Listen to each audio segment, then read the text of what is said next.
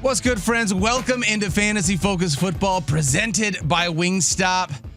It's a ladies' day. Alongside Stephania Bell and Liz Loza, my name is Daniel Dopp. Very excited to be hanging out with the two best fantasy football analysts here at ESPN Fantasy. And in the studio. That's right, absolutely in the studio. How are you two ladies doing today?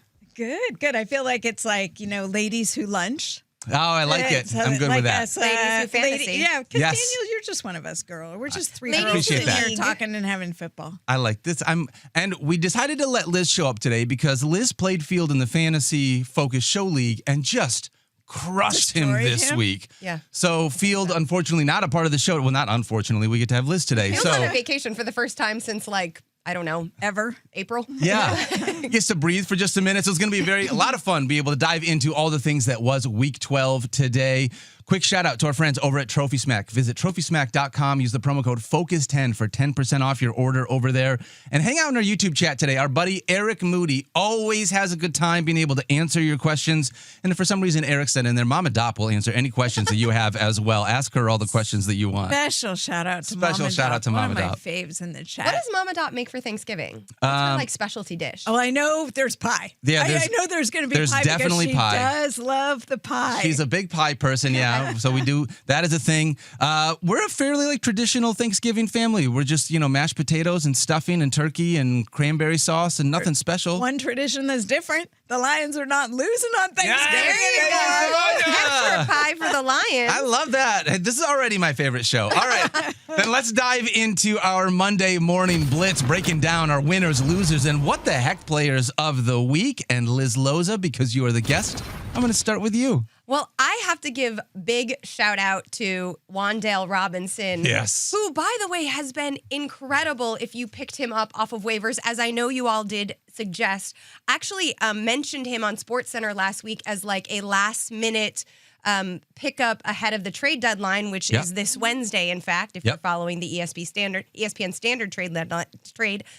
You guys, it's Monday. We had that, you know what? It is Monday. I It's have that traveled cider. across the Welcome country. to our world every Monday when we I am stumbling not along. functioning as efficiently as Wan'Dale Robinson was on That's right. Sunday. Oh.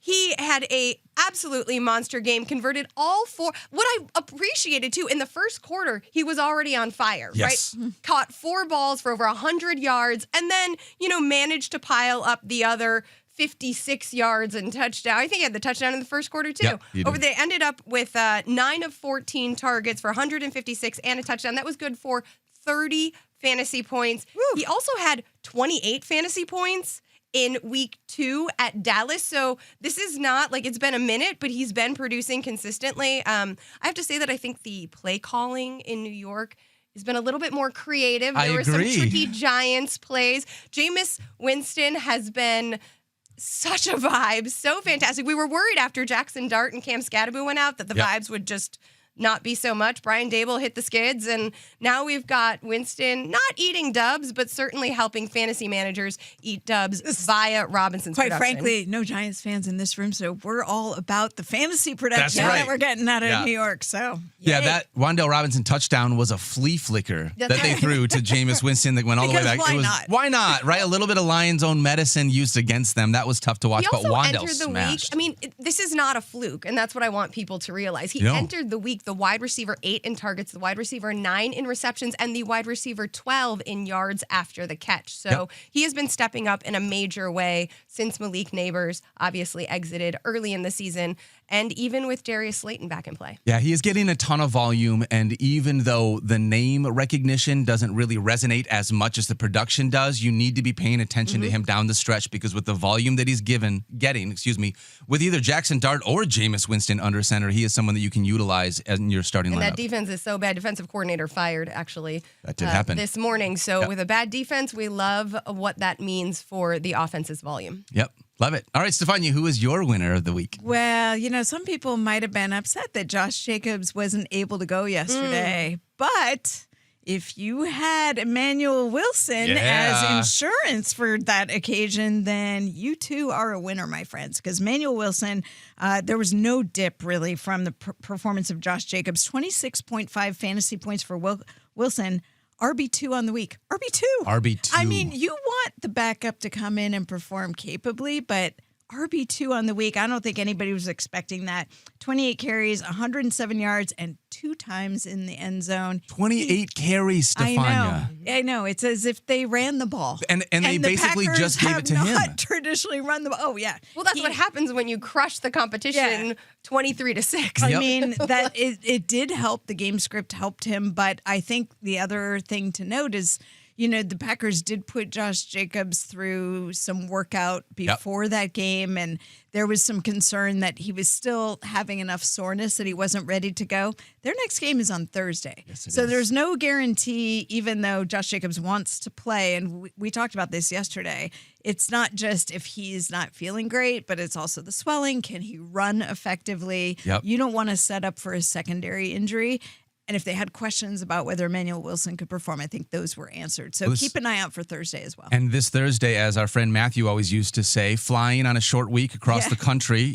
I remind you, it is from Green Bay to Detroit, but it's still flying across a time zone on a short week, which is a Thursday. So something to think about. Sure. But if you were a Josh Jacobs manager and you picked up Emmanuel Wilson, you not only got great production out of him, but you saved your running back, which you want for the fantasy playoffs, from potentially aggravating that injury. So I love the move. I'm glad the Packers did it, and hopefully you benefited from Emmanuel Wilson in your lineup. If you have JSN, I'm going to be real quick about this. Dude, you benefit every single freaking week. 8 catches, 10 targets, 167 yards, and 2 touchdowns for 37.1 fantasy Does points. anyone else play on that team? It doesn't seem like it. It really doesn't. Like, he's a monster. He's having a monster season. Unbelievable. And it feels like every week it's a new superlative for him. 7 straight games with 20-plus fantasy points. This is his 8th game with 100 or more receiving yards, which leads the NFL. He has a 37.5% target share, which leads the NFL by an astronomical amount. Like, it's not even close. And he broke DK Metcalf's single-season Seahawks wide receiver receiving record. Not surprised.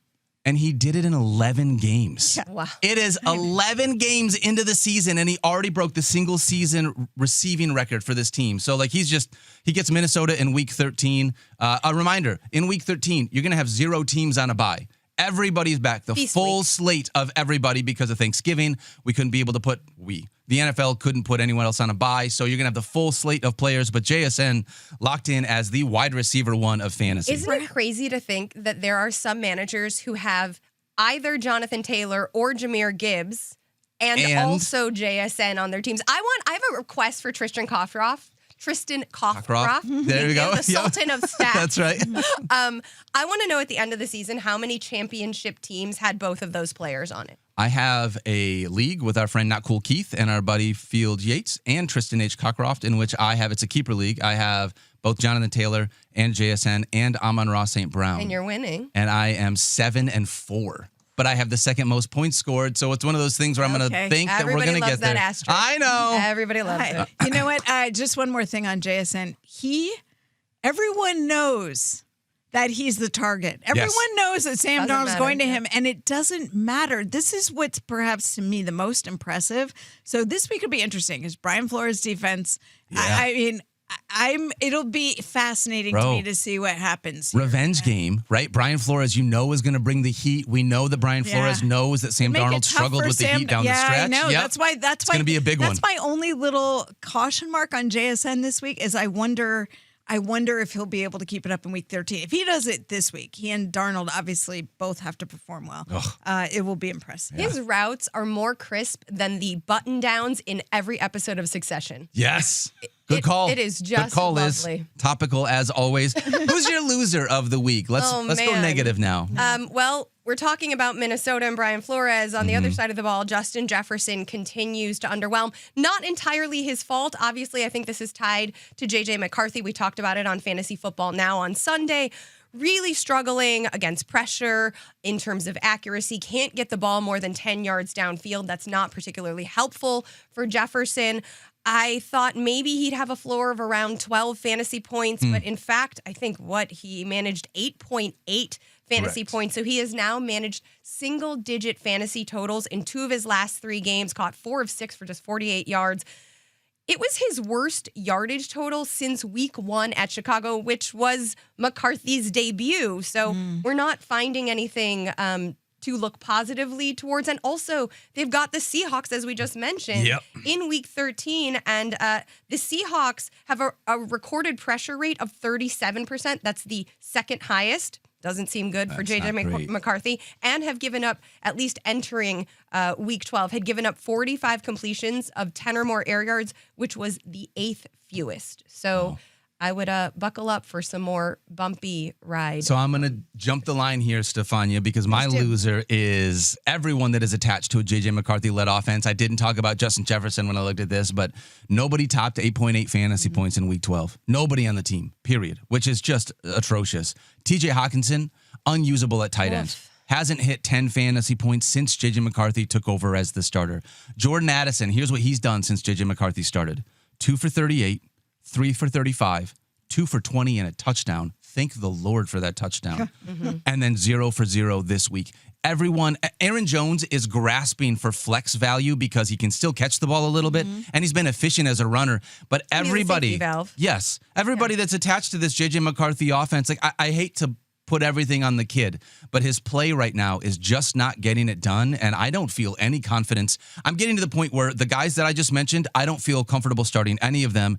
And Justin Jefferson is now falling into that low-end wide receiver 2 range for me with the way that this team is playing. Yeah, I feel like this is going to be a conversation tomorrow when we're talking about waivers and what we're going to do. Because if you're trying to make a push to get into the fantasy playoffs or you're playoff bound somehow and you've managed to navigate this situation, particularly with Justin Jefferson, who you expended a high draft pick on, maybe your first overall pick, likely your first overall pick, then you have to make some serious decisions about what to do. And good luck trading for him, because I'm not sure that's going to happen. So the only silver lining, though, is that the schedule does ease up weeks 14 to 16. And they're facing the Commanders, the Cowboys, and the Giants over that time. But again, everything is fluid. Like, this is why I don't always want to marry myself to a rest of season strength of schedule, because injuries happen, coordinators get fired. You got to get there as well. Like, how comfortable would you feel? You get to week 14, week 15, it's your fantasy playoffs, and you're like, you know who I'm going to start this week? J.J. McCarthy, in spite of what he's looked like, because the matchup is too good. Like, you're really. Well, that's why you have to find that upside and flex and find the balance. That's every week's challenge. All right, Stephania. You got a loser? Yeah, I do, because I have him on a couple rosters. Wow. So your eyebrows went up and you were very serious. I do, Daniel. And my loser is Lamar Jackson. Oh, it was. This is really hurting, and it's what's really puzzling to me about it is now we have 2 bad outings of less than 10 fantasy points in a row. These are consecutive outings, 7.22 fantasy points in week 12. That was high compared to week 11 when it was 4.72 fantasy points. Here's my biggest concern of all. Only 21 yards on 11 carries in those 2 games combined. Wow. And Lamar Jackson, if you drafted him as one of the top quarterbacks, which he was in that discussion of your top picks, is it Josh Allen? Is it Lamar Jackson? Is it Jalen Hurts? And we counted on Lamar Jackson with his legs. Those were the high picks. Jaden Daniels, he's been hurt. So that's a different story. He was running. Lamar Jackson, when he's had these spectacular weeks, it's been a combination of the passing and the rushing. He's been getting it done on both fronts. To me, this is a real concern because he was on the injury report with the ankle issue. It didn't seem like too big of a deal, but he also had the hamstring that cost him multiple weeks. And I wonder, it just feels like there's hesitation on running design for him. And it's just, whatever it is, it's not working out. The offense looks out of sync. Derrick Henry, obviously he can still carry the ball and run for you. But right now, I don't know exactly what it is, but it's off. And that makes it hard for me to look ahead and go, wow, I feel really good about Thursday. Another short week, another trying to figure things out. You said they play the Cincinnati Bengals. Yeah. Maybe that's the silver lining. Yes. That's it. Well, you would think But- against the Jets there was but- a get right Right, opportunity you're right. But as I'm well, going to though. throw this back. So this is my this personal dilemma here. I'm just going to take advantage of having you two wizards. Yeah, let's in do the it. room. Let's do it. But I think Joe Burrow is going to play on Thursday. Yeah. So now all of a sudden the Cincinnati offense, look, they've been functional, serviceable, and Joe Flacco's done quite well. But Jamar Chase will be back from the suspension. All of a sudden, Joe Burrow come out and light it up. Ravens are going to have to score. And I feel like when they're in that, he's got to help take the team on his back, you see more of the running from Lamar Jackson. There is a You play see up more- to expectations sort of feel. Right. So maybe all is not lost. I'm just saying if you needed him this week, and I did, and I'm probably going to lose to our friend Mina Kimes in the War Room League because of my Lamar Jackson underwhelming performance. It's been tough. It's been a tough couple weeks. 2 of the 5 top quarterbacks that we drafted this year have panned out for us. Right now, both Jaden Daniels and Joe Burrow have been hurt. They've been dealing with injuries. Lamar Jackson outside the top 10. I mean, Jaden Daniels also outside the top 10 in fantasy points per game. So even when he has played, he hasn't been delivering. It's just Josh Allen and Jalen Hurts. They've been the 2 guys that we expected to be good and are continually good week in and week out. You've had a lot of volatility at the top of that quarterback spot. You have. All right, Liz Loza, a what the heck player from this week?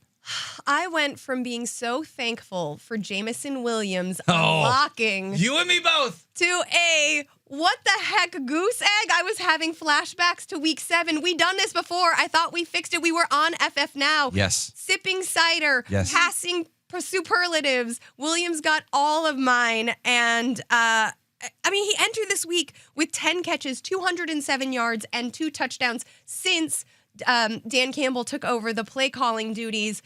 And then he is blanked on 3 targets. He did seem to have a 36-yard catch in the third quarter, but it was negated by a penalty on one of the offensive linemen. It was a touchdown, actually. Would have taken it to the house had it not been. But that was so frustrating. Yeah, I'm with you on that one. So Kevin Pulsifer, our esteemed researcher, and my friend were discussing this because we were both like, what is happening? We were having those a crash out moment about it. And he made this excellent point. He's like, listen, obviously the Giants were also aware of what an incredible offensive weapon Williams is and how he'd been on fire so much. So maybe the sellout was to take him away, and then in return, Amon-Ra, St. Brown, and Jahmyr Gibbs go off, and they can't. But to your benefit, to your benefit, the Lions have that sort of offensive firepower that they don't need to rely on just one piece of the puzzle. As a fan, that's really cool. As a fantasy manager, it's a little different. Yeah. Because I also had the same expectation. No Sam Laporta. We've seen him get more involved, and we're playing. I don't want to sound disrespectful, but the Giants, the Giants secondary is one that you think you can absolutely take advantage of. And Amon-Ra did, but we just didn't see it from JMO for whatever. Yeah, it did not materialize with Jamison Williams. I'm going to go right into mine then because while you're talking about it, I had Jahmyr Gibbs. Yeah. I mean, what the heck? I was going to say, there's nothing What the heck left. in the best way In the possible? best way possible. That's the opposite. What the heck? But then there was nothing left for Jamison Williams No. to do. But you know what? Yeah, I'll tell you what. I'm going to save mine because I wanted to lead into the next one. Stephania, but you guys know where I'm going to go. Who do you have as your what the heck player?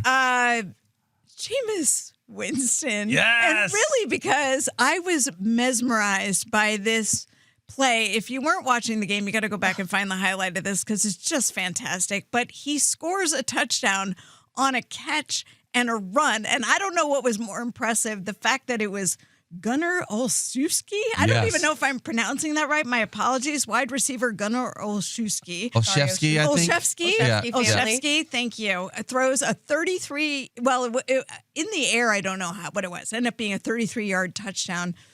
But it was, pretty on the money for Jameis, but he was going to be tackled right there at the sideline. And no, he breaks away. I mean, he looked like a linebacker. He broke a Derek Barnes tackle. And then he's Didn't like it. the whole, to borrow from Boomer, the rumbling, bumbling stuff into the end zone. The whole play was fantastic. And I don't know, but what Jameis Winston is must-see television. That's the thing. When he's playing, it's like you never know what exactly is going to happen. No. And it makes a game that, yes, you're a fan, so you were watching it. But if I got a bunch of screens on and we're watching it in a room and everyone is focused on what crazy thing is Jameis doing next? So I could have picked a number of plays, but that play was just so unexpected, so crazy.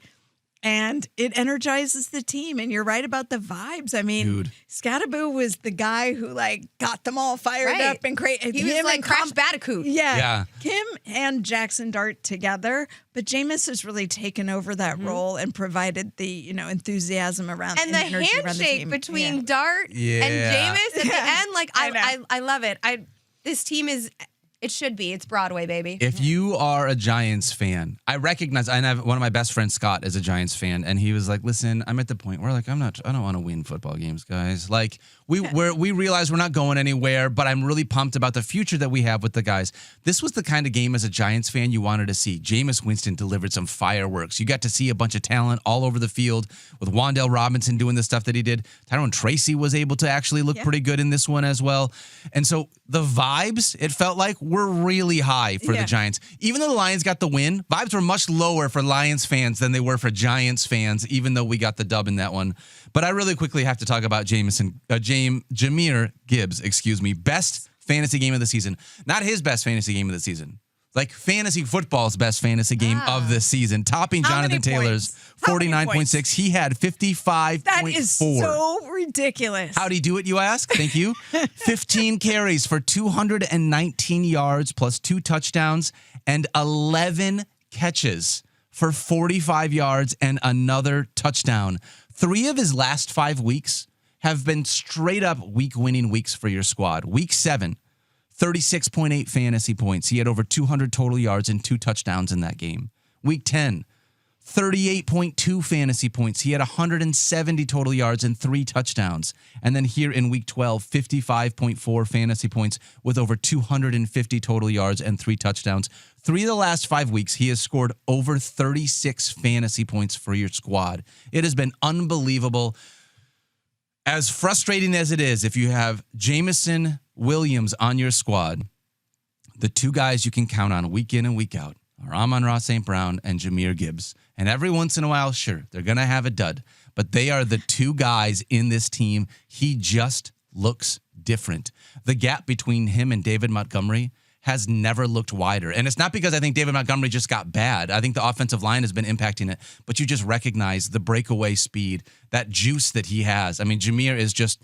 He is one of a very few players in the NFL that can do the things that he does at the running back spot. I can't wait until we're talking about running backs for next year. Yeah. And because the running backs at the top who've been consistent performers, minus, bad week here and there, but McCaffrey and Jonathan Taylor and Jahmyr, they have been so good in very different ways. Yep. And when we're trying to figure out how we're going to rank these running backs coming into next season, I can't wait to see what that conversation is. I am with you because I think Jahmyr Gibbs might be, I shouldn't say it. People, it's all right. It's all right. You go ahead. Go ahead, Liz. Well, I think we're going to talk about takeaways now. Yeah, let's dive in. My number one takeaway is to piggyback on exactly what you're saying in the Lions backfield, because the gap between David Montgomery and Jahmyr Gibbs has become so vast. And I think part of it, you're right, is about the offensive line, but it's also no coincidence that Ben Johnson left town. And now these 2 running backs are not, you used to believe that this offense could support 2 top 15 fantasy producers at the position. Right. No longer.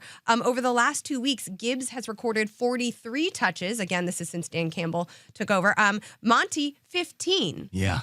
So there is a chasm, and I think people keep playing. You see this in different kinds of formats. People keep guillotine and maybe daily as well. People keep playing David Montgomery as though he is the Montgomery of 2024, and that just hasn't been the case. Sonic is the guy. Yep.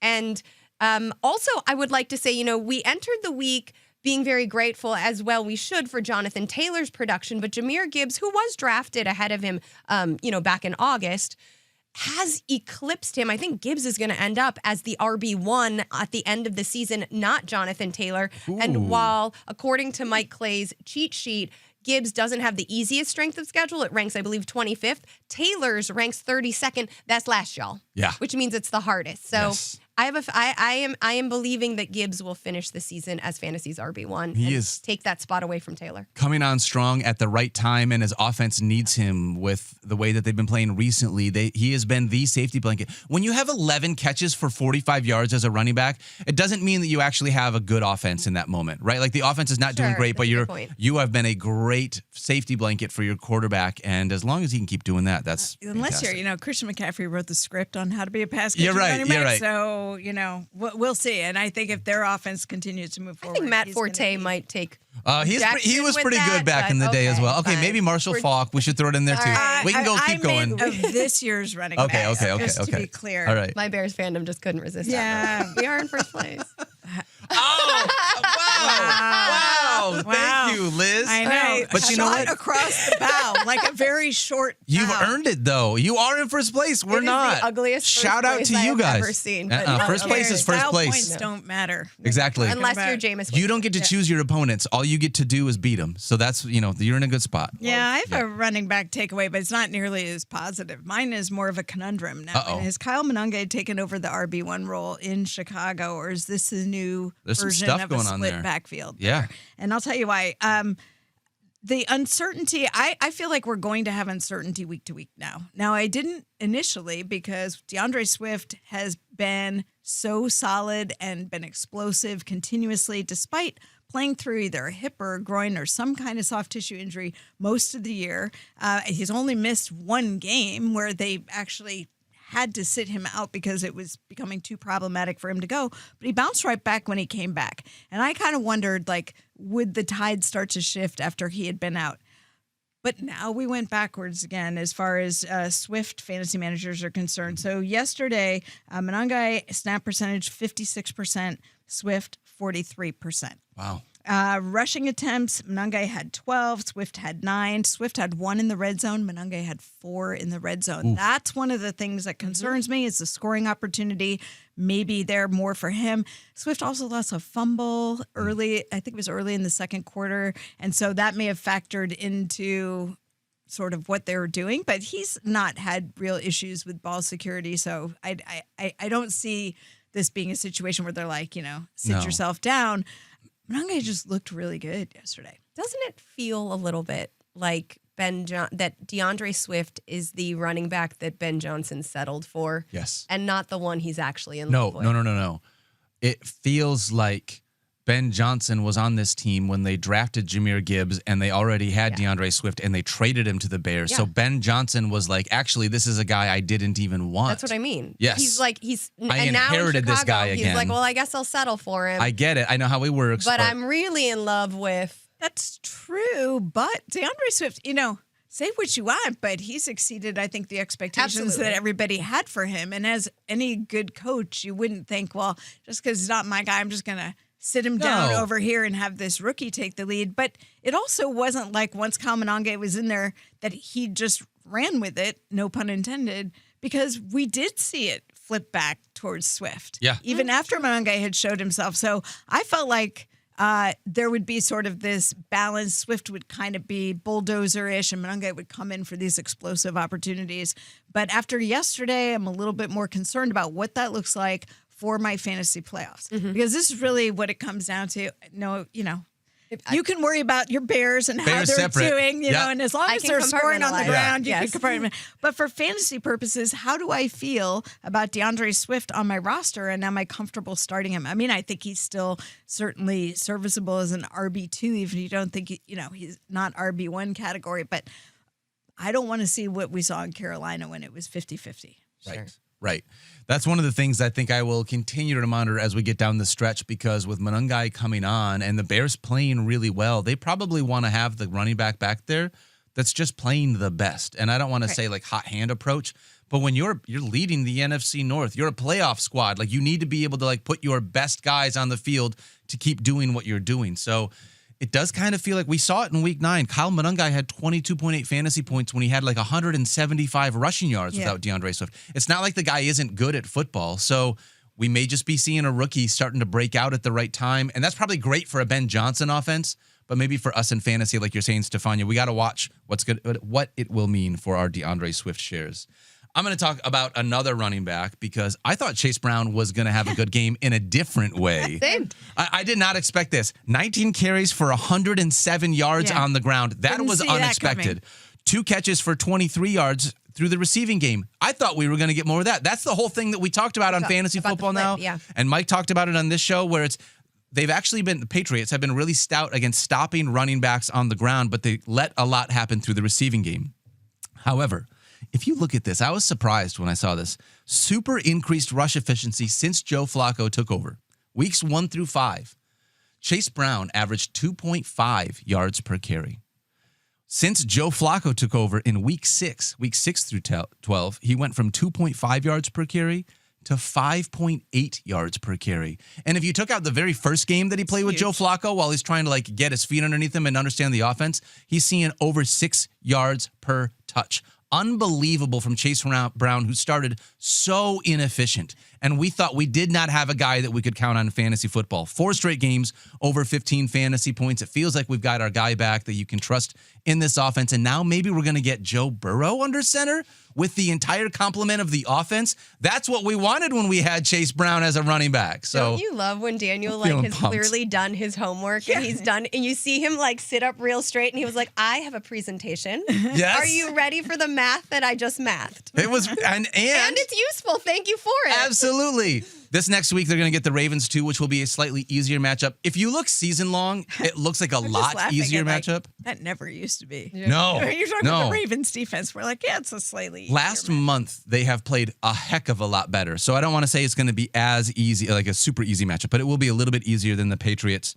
But Chase Brown just looked great this week. Well, my next takeaway is the flip side of that. In fact, with Stranger Things about to premiere, That's right. We're going to go to the upside down. Let's do it. Because I thought TreVeyon Henderson would absolutely feast against an exploitable Bengals run defense. Girl. And in fact, his efficiency was not particularly, just 3.7 yards per carry. It didn't matter, though, because the main takeaway is that his volume remained robust. 21 touches with Ramondre Stevenson. That's the key part of this takeaway. Yes. Back on the field, Stevenson only had 7 touches. So you have to feel good. If you're not going to be efficient, you best get a lot of volume. And that bared out nicely for Henderson managers. A lot of these rookie running backs starting to hit their stride at a great time for managers. Yep.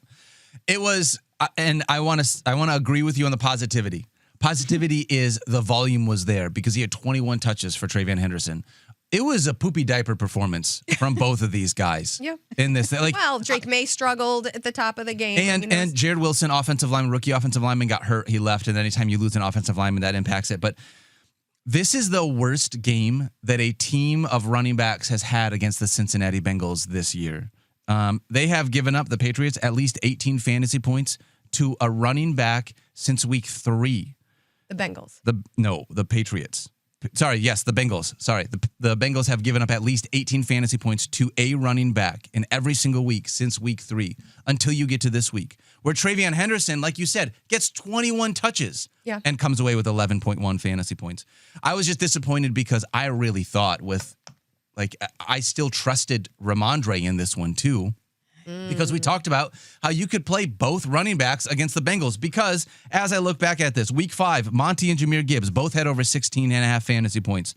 In week 2, Travis Etienne and Bashal Tutin both had over 15 fantasy points. We've seen a number of backfields have 2 guys be able to do stuff here.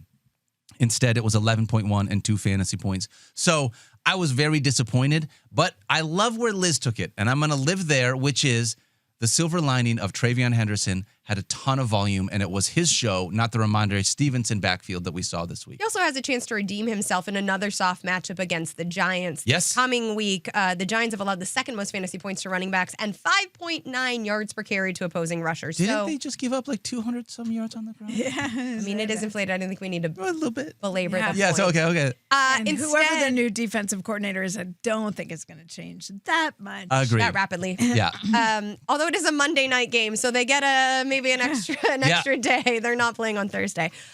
Another point that we cannot belabor enough, though, because it is so delicious, is how automatic tight ends are against the same Cincinnati Bengals defense. Yeah. What's up, Hunter Henry? Yes. 7-115. We love to see it. Next up, The Bengals will face Mark Andrews, as we've mentioned. He did not have a great game. He has not had a ton of yardage. All of his fantasy production has really relied on his presence in the end zone. We don't like to do that in fantasy, except sometimes we're tempted when it just keeps working out. And against the Bengals, you got to believe it's going to work out. You got to believe it. I was so mad at myself. Excuse me. As I prepare for As you prepare.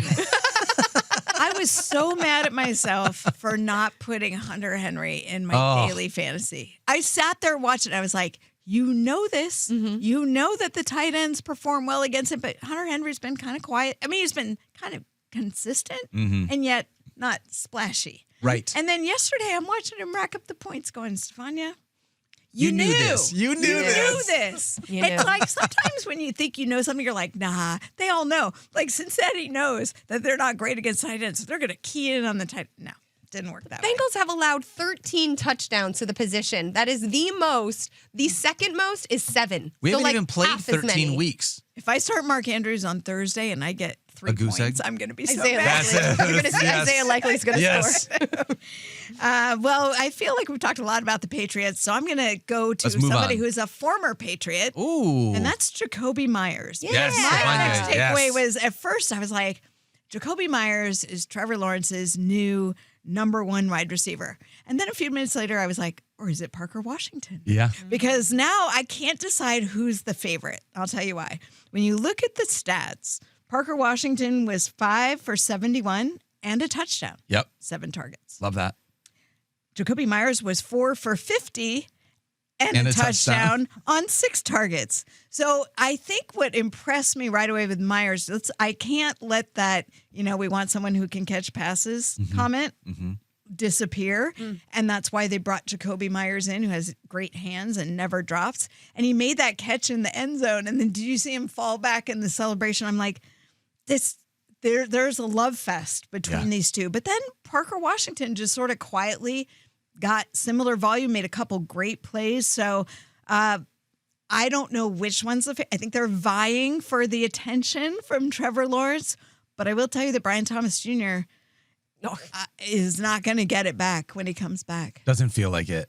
And it's so frustrating watching that kid be so good down the stretch in his rookie season and have such high expectations. With Mac Jones. Because it wasn't with Trevor Lawrence, and then it just feels like it hasn't materialized. And Stephania, this is one of my takeaways too, because I had said coming into the week, do we get to see Jacoby Myers, who was sort of left for dead on that Raiders team? It was tough for us to trust him there. You could tell the vibes were not great. Now he comes over. First game with the Jags, he played 40% of the snaps. Second game, he played just over 60%. Here we are in his third game, jumped to almost 84% of the snaps. Like, they've been ramping him up. He is going to be one of the guys, right? If we had a little bit of an acclimation period, and now he is becoming one of those guys. So even Parker Washington, by the way, has topped 17 fantasy points in 3 of his last 4 games. So one of those games, he did use a punt return touchdown to be able to get there. However, all the fantasy points are good fantasy points. I'm not going to shake a stick at fantasy points. I think we've gotten to the spot where I don't feel super confident when I start a Jaguars wide receiver, but I do believe they're more than a dart throw. And I've seen it. I know what they can do. I understand what the floor probably looks like. So I feel pretty okay if I need to trust Parker Washington or Jacoby Myers as like a flex option when I'm getting down to some of my playoff matchups based on what my team looks like. I think we're in a good spot to feel like both these guys are at least on the radar. Brenton Strange also on the radar now off of IR. Okay. All right. Another guy to talk The about. tight end whisperer is having a feeling about love it. him. He might end up on this week's Facts versus Feelings. Ooh, love it. Yep. Love that. When is Facts versus Feelings coming out, knowing that this is a holiday week? Is it still going to be out? Oh, it's still Wednesday. Still Wednesday. Don't worry about All that. right. Don't worry about that. No allowances. All We like right. consistency. Yes, in our that's right. We sure deliverables. do. What's your next takeaway here, Liz? It is that if we're talking about consistency, the Raiders defense is consistently a balm for any player needing a get-right spot. It happened for Quinshawn Judkins. Still not efficient, my man. Doesn't matter. 2.9 yards per carry. Was not good. That is now, I think, 4 or 5 games in which he's averaged fewer than 3.5 yards per carry. So it's not been great.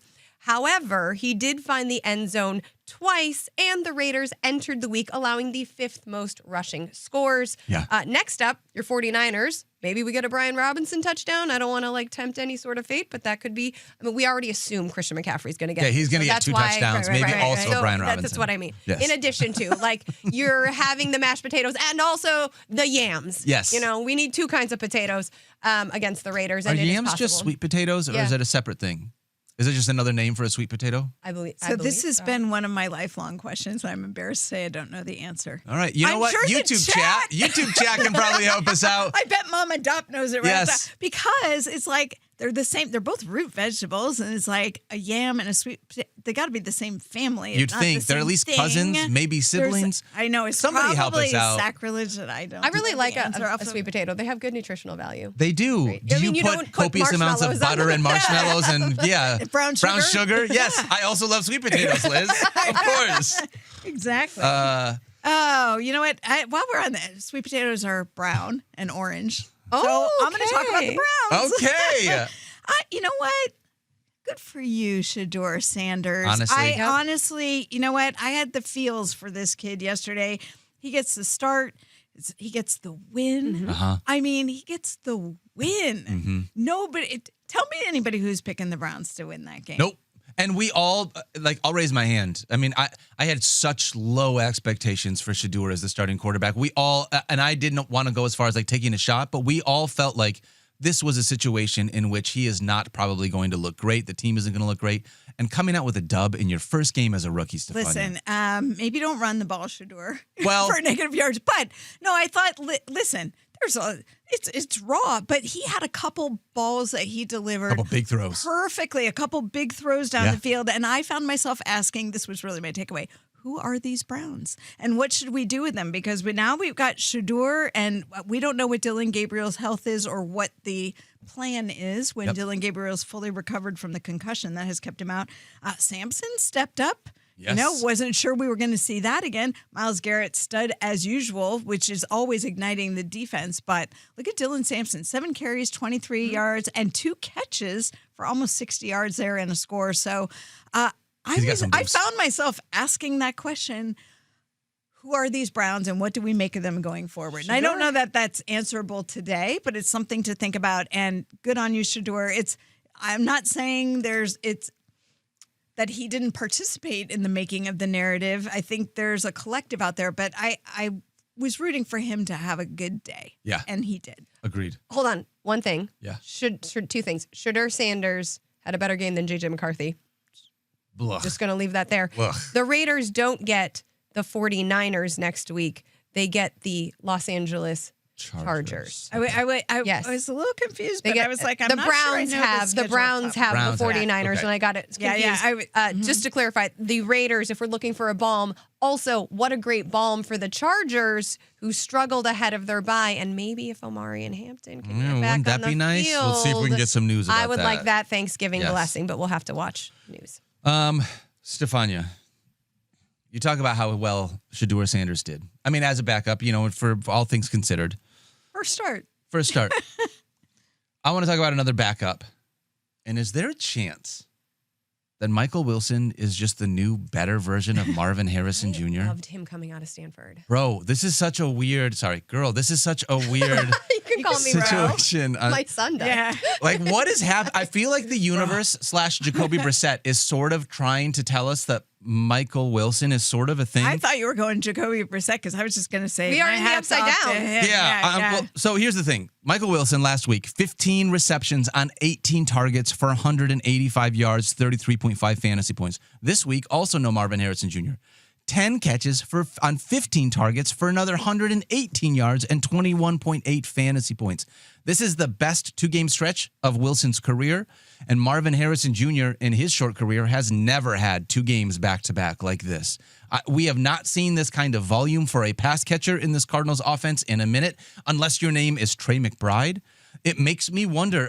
I don't even know how to say this to you guys. If Marvin Harrison Jr. doesn't come back, I feel like Michael Wilson is a wide receiver too. He will, of course, obviously. But Michael Wilson is a wide receiver too right now. When Marvin Harrison Jr. returns, I don't know what to think because of how much Jacoby Brissett has leaned on this guy. So a very interesting thing to figure out and something I'm excited to see how Mike projects this offense moving forward this week. It'll be interesting that they don't play on Thursday. Right, they got a full week. They have a full week. So if you look at averages of guys coming back from appendectomies, I think it's potentially the case that we see Marvin Harrison Jr. Don't know, but the time frame is starting to look like it could be possible. We'll see if he's back in practice. But why does Michael Wilson get 2 games like this and they don't utilize Marvin Harrison Jr., the number 4 overall pick? But what I'm saying is, now you have Jacoby Brissett, who's got these 2, and I think you will see a difference in how they're utilized because he's been different for the offense. And so I think Michael Wilson remains a starter even if Marvin Harrison Jr. is back. And so we might be at a spot. I mean, you're obviously starting Trey McBride, and I think these other 2 guys, with the way that Jacoby Brissett is playing, it at least has him on the radar. Like and the defensive deficiencies can make up for it in terms of an offense. All right, Stephania, you have more takeaways. What else you got? I got one left, so I'm going to let you do a couple. Is George Pickens the wide receiver one for the Dallas Cowboys? Yes. That's my takeaway, too. I think so. I think, well, in fantasy football, it doesn't surprise me that we're all thinking the same thing because, also but just the eyeball test. And look, I love CD, although he's had a couple dropsies since he's been, back from being out on injured reserve. But, or was he on injured reserve? He was just gone for the amount of time that you also had drops in week 1. Yeah, too. Well, this is also true. But George Pickens is making the circus catches. George Pickens is making these catches that you don't think anyone else is going to make. And while CeeDee Lamb, there's no question about his talent as a receiver. I joke. But what George Pickens is doing is the thing that none of us were sure that he could or would do because of his stops previously and some of the challenges he had. It's funny, when I went to training camp, people were talking about how dialed in he was with Dak. That Dak, and I watched it. They would run a play. Dak would go over and talk to him, tell him about where he needed to be. Tell him he was coaching him up like every single play. It wasn't just after. And just watching that develop, I think he's turned into something that I'm not sure everybody really expected. So that is just a fun food for thought. But for fantasy purposes, he's been unbelievable.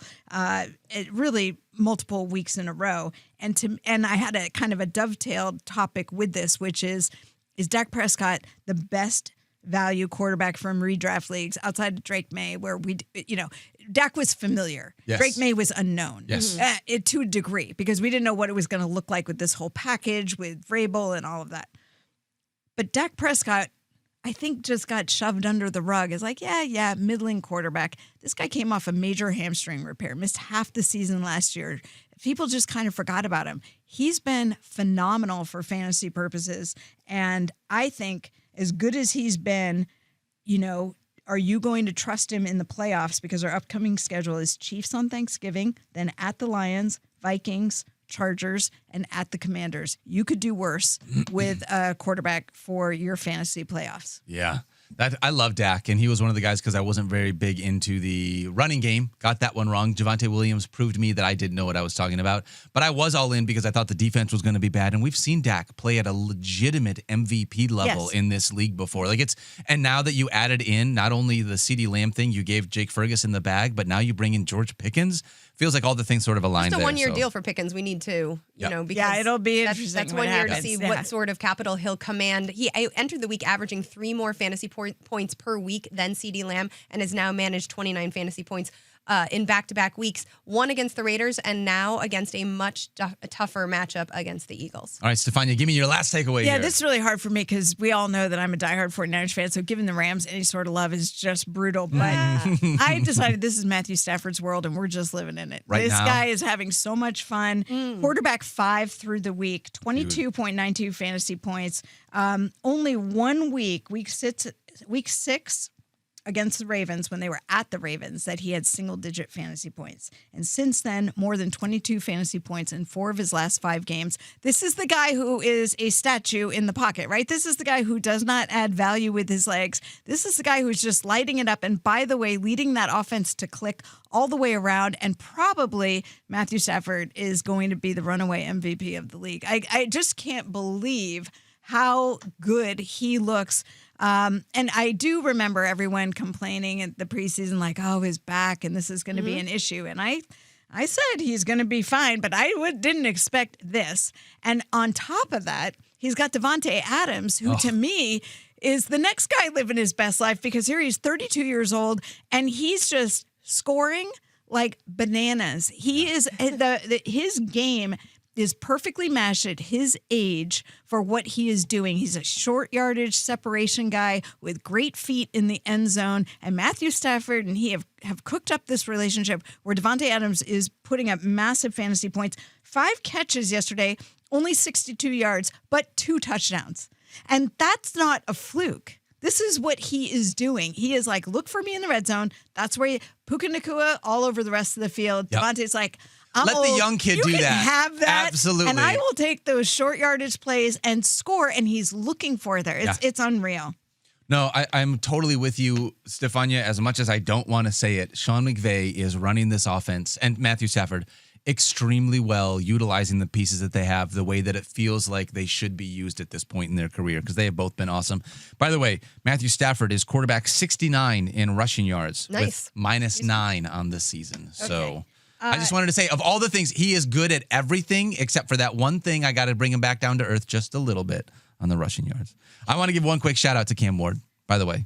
Yeah. First ever 20 fantasy point game. Cam Ward, 256 passing yards and a touchdown, plus 6 carries for 37 yards and a rushing touchdown. All those rushing stats are season high. He had 42 pass attempts. That was also a season high. After 6 straight games with an interception, he has gone 3 straight being able to protect the football and not turn it over. Not a lot for us right now in fantasy football, but I just want to shout out the young fella with the idea that this guy hopefully is going to have many more 20-point fantasy games in a season. This is just the first of many for the young kid. Cam Ward from? The U? Yes. Hey! By way of a couple of stops. But there were a couple of them. Yeah. Also, just final to punctuate your point, over 30 rushing yards in back-to-back games now. So maybe love that. Feeling himself a little bit. Yeah.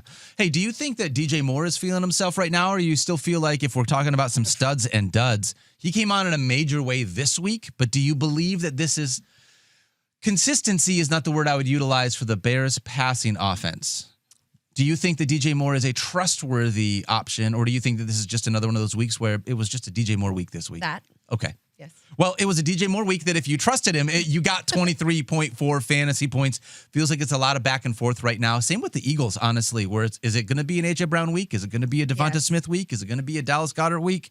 And so you got a couple of guys there with both A.J. Brown and DJ Moore that had 2 really big games, both over 23 fantasy points. But I'm not sure I believe consistency is the word I would utilize. I'll take Brown over Moore in terms of consistency. Because one of them is a little bit yappier and therefore he's squeakier and that gets greased more frequently. I think that's fair. Stephania, you have any big studs in this week that you really like? Outside of, we've talked about a lot of people already. I've given you. That's good enough for me. That's good enough for you. All right, I want to give one quick shout out to your Go. I know, I was mine too. Yeah. 14.9 fantasy points. We've been waiting to see him come on, and we've talked about on this show. Colston Loveland. Oh, yes. yeah. Yeah, I'm excited to be able to see him and what he can be. A lot of Bears love on this show. Yeah. All right, let's talk about the thing nobody wants to talk about. But you're so good at it. No. We've pushed it off for as long as we can. Flattery will get you everywhere. All right, so we're going to get through as much as we can because we're going to talk about Monday Night Football really quickly before we get out here. Stephania, I don't want to just totally turn it over to you, but I know we got a lot of guys to talk about. Go ahead, because I'll give you the quick ones first. Okay. The quickest ones, just names to keep an eye on. Ashton Genty, his left ankle was deemed questionable to return, but didn't play on Vegas's final possession. So kind of these are guys like, just stay tuned to practice reports. We're not going to have there's 3 games on Thursday, 1 game on Friday, and then the rest on Sunday. How do practice reports? If I'm watching, let's say I've got a team that plays on Thursday, what do I need to know about practice reports as I'm like reading them? Just like normal Thursday night football, you're going to get like the finals on Wednesday. On Wednesday, yeah. Okay. But all those teams that are playing early in the week are having these walkthroughs and such today. You're not going to get much in the way of full practices, so pay a lot of attention to what the coaches are saying and any player availability. Okay. Bam Knight in overtime had an ankle injury coming into this week. Just looked like he was banged up a little bit, so keep an eye on him. Rashee Rice got checked for a hamstring injury during the game. He returned to the game. He spoke to the media afterwards, usually a very good sign. But again, just stay tuned for that. Alvin Kamara got caught up in this awkward tackle in the first half by Falcons linebacker Caden Ellis, and he was in and out of the medical tent, and then he went to the locker room as questionable to return, but he ultimately did not come out, was ruled out in the third quarter. He is set for an MRI today, according to Nick Underhill of New Orleans Football, so stay tuned on Alvin Kamara. T. Higgins, 5 catches for 31 yards, and then injured, concussion. It was very apparent to anyone watching. The usual recommendations with the concussion protocol, but I can tell you, you can plan on no T. Higgins for Thursday. So adjust accordingly because there's just no way that that's going to happen in advance of Thursday. And then the injury that perhaps is going to have fantasy managers hustling the most is Baker Mayfield. If you were watching yesterday, his left shoulder was clearly uncomfortable. I don't know when exactly he heard it for the first time, but then it seemed to get worse as they were going towards the half. And at the end, he threw kind of this Hail Mary pass to end the half and immediately went down to the ground, grabbing his shoulder. Now, there are a couple things that come to mind about what it could be, but some kind of instability issue potentially going on because they had him in a sling afterwards when he was speaking post game. He has an MRI scheduled for Monday, which is today. And just a note, he had a labral repair on that left shoulder back in 2022. So I don't know if there's anything going on there. But listen, Baker Mayfield's always going to leave it all on the field. That's one of the things I admire the most about him. And he gets banged up all the time. And you think, oh my gosh, like that's going to take him out. And he's like, I'm playing. And even yesterday, he came back out. But then at one point, he could not physically go on. And so wishing the best for him, but stay tuned. Yeah, once Teddy Bridgewater came in, that offense looked quite different in Tampa. No, to be fair, he's been coaching high school ball. Yes, he has. And he, by the way, won a championship coaching high school football. We love Teddy Bridgewater here. Bridgewater, but offense just looks different with him, clearly. So that's going to be a tough one. All right, let's dive into a quick Monday Night Football preview because Stephania's 49ers are playing the Carolina Panthers. So, if we're going to have any big takeaways, things that we're watching in this one, I just need to let you both know that I told my wonderful, intelligent, beautiful wife, Rosie, to start Teteroa McMillan this week. She's going up against Rico Dowdle. Do you think she learned that lesson after last week, Daniel? Well, after Field told Chapin not to play Bryce Young last week, she's like, do I listen to you or do I not? Because it sounds like the men on that show don't know what they're talking about. So I really need a big game from T-Mac here. I got you. There's going to be a situation. I do want to say this really quickly. Teteroa McMillan had his biggest game of the season last week, right? 132. Yes. Only his third game this season where he hit double-digit targets. It's only happened a couple times. As much as we love Teteroa McMillan, Bryce Young very infrequently is able to get the ball to him with the amount of volume that we would appreciate. This is a smash spot for him against your 49ers secondary, Stephania. This feels like a spot in which you could start Teteroa McMillan, thinks it'd be really great.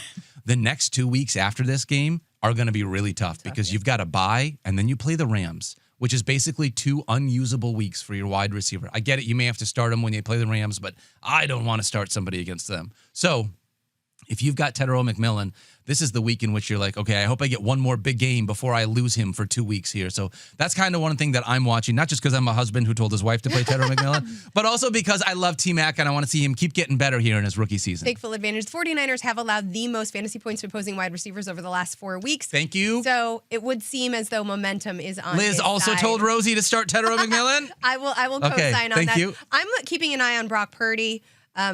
I feel like now that he's back and he was healthy last week and had all of the main pieces together again with him, he should produce well against the Panthers, who on paper have been okay against opposing signal callers, but have really struggled against upper-end talent.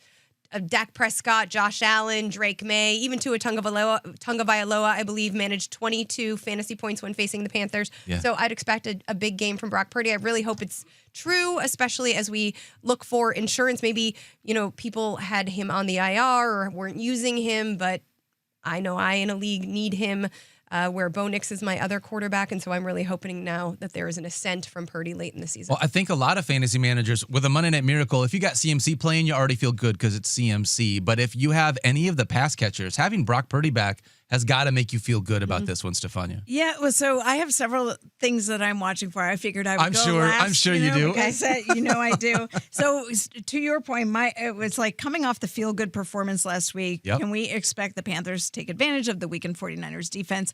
They have no pass rush. We know this. They've been just decimated up front.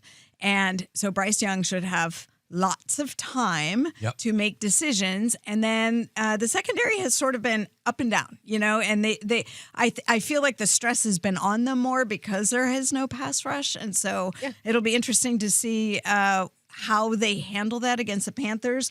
But my question was, was that a one-hit wonder performance, or are we going to get a bit more offensive? How do I want to say it? Like elevated scoring from the Panthers, maybe above expectation scoring for the Panthers. Not necessarily a barrage. Not necessarily a barrage of scoring, maybe above expectations. Okay. But also, could it be a big game for Rico Dowdle? Linebackers, Fred Warner out, and Tatum Bethune, who was backing him up, who became the captain of the defense. He's also been injured. So, again, the 49ers are gifting the Panthers opportunity for fantasy production. On the other side of the ball, will we see more Ricky Pearsall this week? He, recently back from the PCL sprain and getting more snaps. And Kyle Shanahan's talked about he's been everywhere he's supposed to be in terms of on the field and running the routes and doing the things. But that the decision-making by Brock Purdy was not to throw to the covered guys. And that's where Pearsall was. It's usually smart for those quarterback. And by the way, I thought Brock looked fantastic in his first game back. You wonder when somebody's missed that much time, how sharp and crisp they're going to look. That to me was important. He came out with zero discomfort in his toe, said he wasn't even thinking about it.